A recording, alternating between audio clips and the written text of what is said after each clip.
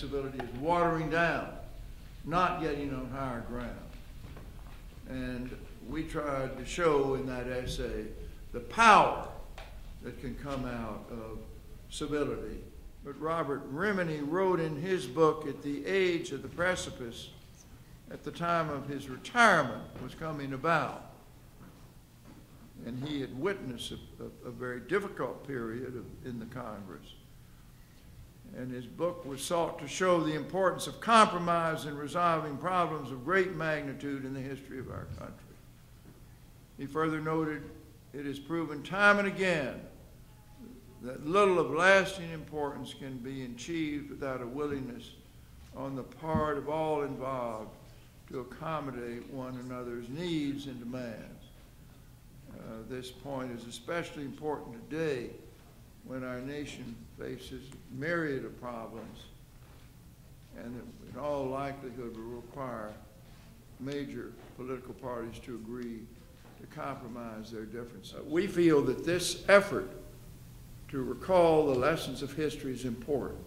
In our conference room at the center, we have on the wall Mark Twain, history doesn't repeat itself, but it can rhyme. We want to start getting good rhymes and not repeating the bad rhymes, and we can learn from history. There is something interesting about looking for wisdom about civility to a generation that sometimes resolved political disputes by shooting at each other in a very ritualized system of dueling. In fact, 2 of the delegates to the convention were killed in duels that had political bases. One of the signers of the Declaration of Independence was killed in a duel. So these were not sissies. These were people who could get angry and could act on it. And I think that makes what happened at the convention more remarkable, frankly, and a bit even more worthy of study. But some of the sense of how they entered the experience is captured by a letter that George Mason wrote about the prospect before them when he first got to Philadelphia. He said that their actions would influence the happiness or misery of millions yet unborn, and was an object of such magnitude as absorbs and in a manner suspends the operations of the human understanding. They knew this was a big deal, but they actually found that meeting as a convention with 30 or 35 of them in a room was a lousy way to come to any decisions, that a group this size, frankly, couldn't agree on anything. And most of the tough decisions that were made at the convention were made by committees. Most of the committees were 11 delegate states. They usually only had 11 states present. Rhode Island never came, and New York left after a while, and New Hampshire got there late. But these committees took on all the tough issues, the structure of the Congress, where you have the Senate representing the interests of the states and the House is a proportional body, the slavery issue that flared up at the end of the convention, what to do with the presidency, which totally flummoxed them for months. And they found that even in secret, when they got together as a group, people gave long speeches. Alexander Hamilton spoke for 5 hours. Luther Martin of Maryland, my home state, I try to take pride in him, spoke for so long. And Madison, it's one of his few, every now and then he gets personal in his asides. He said, he writes down, he spoke for 3 hours, but I couldn't make any sense out of it, so my presentation of it is very short. These people did fulminate. They did bore their colleagues, talk around the subject, and exasperate everyone, and that led to committees. So Hamilton and Madison had tried to push something that would make the congressional districts smaller so the congressmen would be more responsive to the people, and had been defeated rather roundly. So Washington got up on the last day and said, you know, that was a good idea, we should do that, and they all agreed by voice vote. I mean, it's just acclamation. He could have gotten anything he wanted in the Constitution. And it was an amazing act of leadership to shut up. You know, civility and Washington go way back. because he did, as a teenager, copy something called the Rules of Civility. He didn't write them. Many people think he sat down there and created them. He really just copied them from an ancient document that was probably created by monks. But the fact that they survived all those years, and the fact that a number of scholars have really followed Washington's life through and come to some conclusions that would make you think that they did indeed have an impact on him throughout his life. I think civility was something Washington put very high on his goals in life, was to become not just cultured, but civil at the same time. Most experts, until the United States came along, thought that being a republic was probably only possible if there was a small, homogeneous group of people.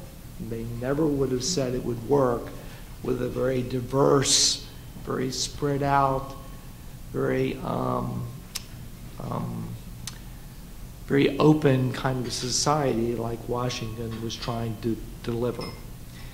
And so trying to keep the conversations civil was, I think, important to Washington's plan to keep the Republic and the Union together. I think that Washington was somewhat of a contrast in that he was very sensitive to criticism. I think he went to bed many nights just boiling over what he would read in newspapers and read in letters, sometimes placed and supported by members of his own cabinet. But he was incredibly self-controlled. And so I think he felt the role of the president was to maintain a level of self-control beyond that of a normal man, and in doing so, to constantly encourage the civility we had to have to keep moving forward, to compromise, even when people definitely didn't agree. I think Washington, even though he was naive and believed that we shouldn't have parties, and we definitely, even by this time, as David said, we did have parties, whether he liked it or not.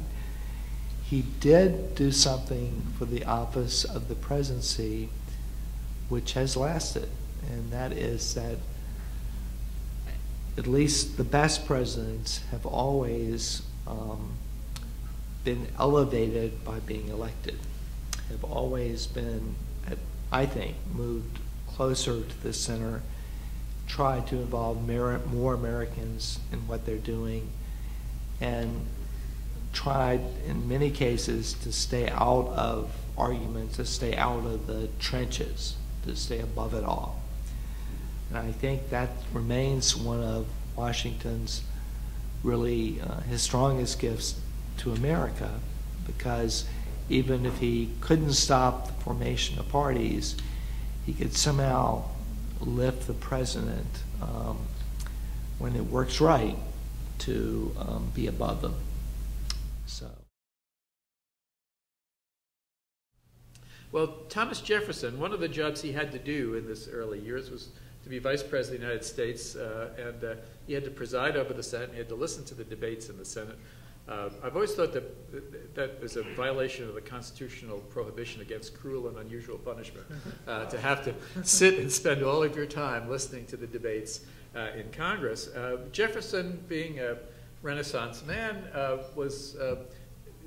tried to occupy his time, and he actually spent his time as vice president compiling the first rules manual for the Senate, actually the first rules manual that existed in the United States. And he drew very heavily from the British Parliament and from other sources, from state legislatures and other issues. But it was Jefferson who reasoned that there would always be emotional, divisive issues facing the country. and that they would be heated enough and passionate enough that in order to reach any kind of common ground, in order to have any kind of rational discussion, you were going to have to diffuse the debate in the legislative body. And so Jefferson's manual says that senators are not to refer to each other by name. They are the distinguished senior senator from the state of such and such. Senators are not to question each other's motives. They're not to criticize each other's states. There's a very sort of polite decorum that is. And when I was working on a history of the early newspaper reporters who covered Congress, I came across a lot about the etiquette of correcting the congressional record. And when members engage in debate and say something a little more harsh and a little rawer than they wished, they went down to the National Intelligence Officer at night and corrected the record, took out the offending remarks, and that was considered to be a form of apology in the process. In fact, at one point, Henry Clay clashed with John C. Calhoun on the floor, and he took those remarks out of the next day's Congressional Globe, and the South Carolinian the next day insisted on responding to Clay's original words. Clay explained that the speech had been printed under his supervision, suggesting that he had sanctioned the omissions as an apology. And Senator Thomas Hart Benton accepted Clay's rationale. He said, "For that which is severe enough in speaking becomes even more so in writing, and its omission is softening is a tacit retraction, and honorable to the cool reflections which condemns what passions or heat had promoted." This, by the way, also explains why newspaper correspondents of that era always wrote under pseudonyms.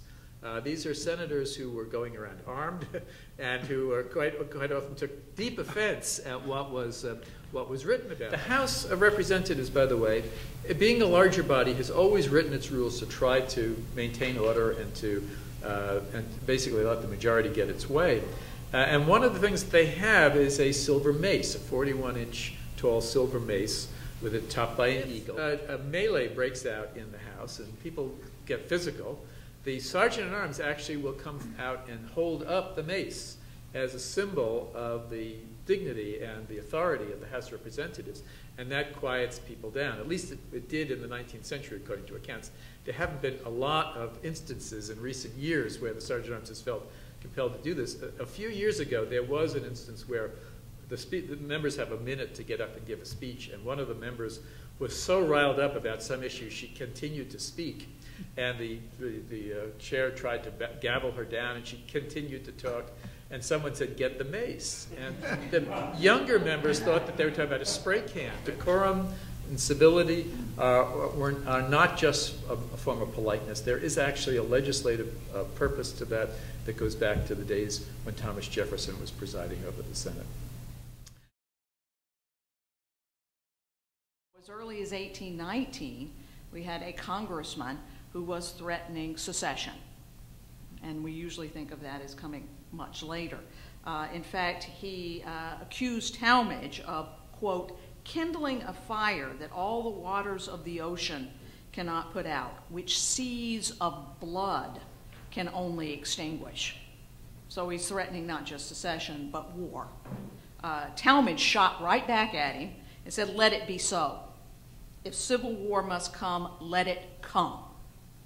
So this was on the floor of the House, which, as Dr. Ritchie had pointed out earlier, tended to be a little bit more rough and tumble than the Senate, but this was really a first for the House to have these kinds of threats coming forth of civil war, disunion. Henry Clay, a common misconception is that he's the architect of the Missouri Compromise. He is not the architect. He did not craft the Missouri Compromise. But he was the most powerful Speaker of the House that the country had ever seen.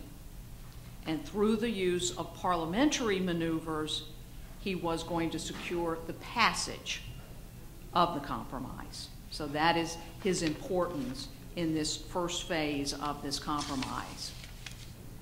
He realized, as did some of the other moderates in the House, that if they broke this compromise into two bills, they could possibly get different majorities on each one. Now, the next day, after this passed the House, as the House of Representatives was coming into session, Congressman John Randolph of Virginia, a very radical states' rights congressman who very much opposed the compromise, made a motion as the House came into session. His motion was that they reconsider the two bills. Henry Clay, who of course was sitting in the chair, ruled him out of order and said that House rules demanded that they consider all of the new business first, routine business, that they had to read committee reports and hear any petitions before they could entertain new business as this motion would have been. Randolph sulked. They heard the petitions. They heard the committee reports. And all while that was going on, Henry Clay quietly conferred with the clerk of the House. And then after all of this was done, Randolph immediately jumped up and renewed his motion. Clay was very concerned that those fragile majorities he had put together the day before would crumble. But as it happened, he didn't have to worry. He very nonchalantly informed John Randolph that House rules would not allow for a reconsideration because the clerk of the House had already taken the two bills to the Senate. And so through this rather irregular procedure, Clay saved the compromise and the Senate passed the two bills, and of course the rest is history. John Randolph never forgave Henry Clay. And a few years later, after exchanging a few more insults back and forth, the two of them met in a field outside of this city in a duel that saw a sitting Secretary of State trading shots with now a sitting Senator of the United States. They both survived, luckily, because that means, of course, that Henry Clay was around in 3 more decades when the country needed another compromise. Because in Clay's view, preserving the Union was the only way to effect eventual emancipation. A divided Union would more solidly impose slavery where it existed, creating the bunker mentality of unyielding, implacable, inflexible disaster on the Southern culture. It was already very close to that as it was. Without the moral suasion of the North, without the check and the balance of the sectional issues that could direct the country toward the center, slavery would become perpetual where it existed. Well, with that in mind, the compromise that he fashioned makes sense, ugly as it is. How ugly it is also an indicator of how far the tone and substance of political discussion had fallen in the 30 years since Missouri. Intemperate things were said during the Missouri question, there's no doubt of that, but they were remarkable because they were innovatively menacing and relatively limited in number. Cobb and Talmadge exchange is remarkable because it's not the norm. By 1850, an alarming number of people were saying the same kinds of things Talmadge and Cobb had said. An alarming number of people were saying alarming things. To gain the center and allay those moderate Southern anxieties, the compromise would have to be all or nothing. The Southern center would not support it otherwise, and it almost worked. On July 31st, they were within a hair's breadth of making this work. When a rather minor Maryland senator who named James Pierce thought to make the bill better and pulled the card out of the House, and the whole thing collapsed within the space of an hour or two. Henry Clay looked 100 years old, and he dragged himself out of the chamber and left town. For the first time in his life, he turned his back on the Union. And for the first time in his life, he was too sick and tired to care.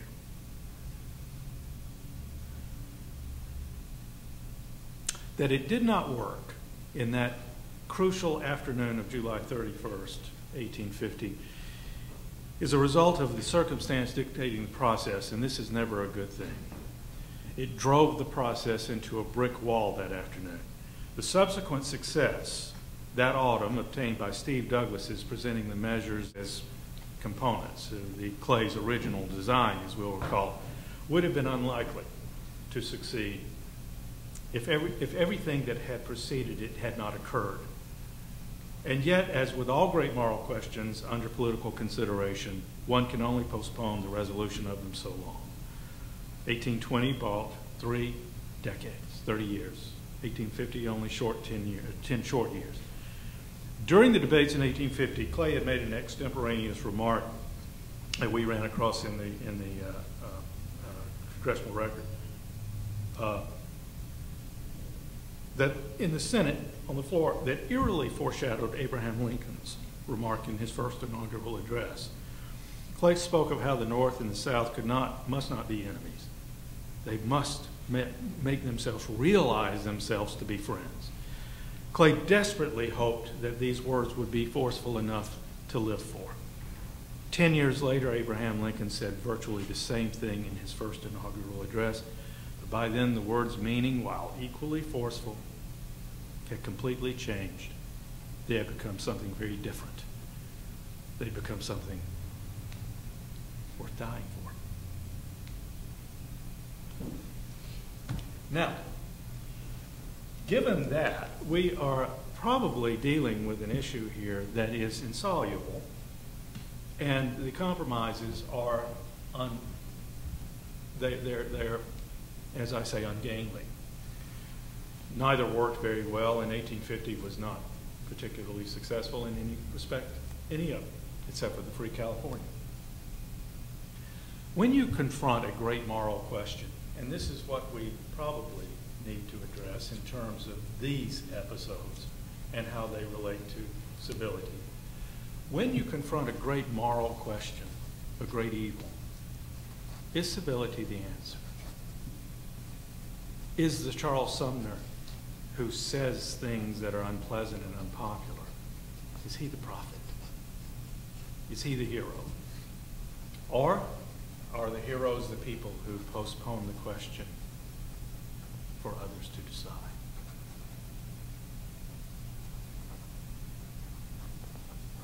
I don't have the answer. And at some level, the framers get off easy in the judgment of history on the argument is always, well, they thought slavery was going to disappear. And they do say, some did say that, and I don't know why they thought that, but they did say that. And the other was, well, they postponed it until the nation was better able to deal with it, which was swell but tough on the millions of people in slavery. It's a recurring question, and in this case, civility doesn't sound so good when you ask, you know, is it the zealot or is it the compromiser who we should be admiring? I will put it to you that politics is terrible with morality. It doesn't mix. There is no such thing as a politically moral conclusion, because politics is the art of compromise. And compromise is not something that you can deal with in terms of morality, because the moment you compromise morality, you are engaging the kind of line that John Randolph said about federalism, which he found always laughable. Partial sovereignty, as he called it, like partial virginity.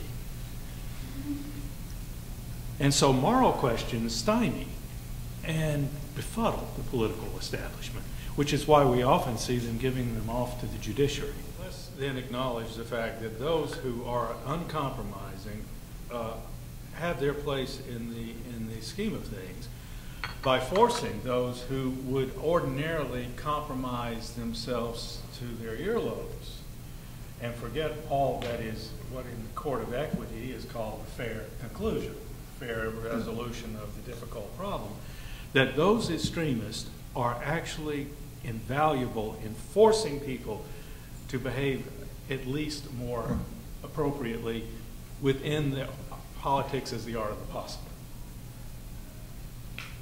In other words, without those people, depravity, which is the stronger of the political class's inclination, tends to win.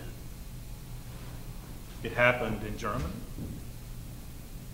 It happened in parts of the Reconstruction South. And so the idea of consensus without abrasion can be dangerous. Well, I did want to just, I think it's a shame we won't hear about the second inaugural directly, because it is a remarkable blending of the two. He manages a sorrowful, peace-inviting tone while saying the most intransigent things, that if every drop of blood drawn by the lash from the slave must be repaid with blood drawn by the sword, so be the judgments of the Lord. I mean, he's come around. And we're going to see this thing to the end. But he also manages to say it in a way, and it's an extraordinary gift, that he makes it clear that he does crave peace. And I agree with you that our Reconstruction would have been tremendously different had he been there just for his political gifts.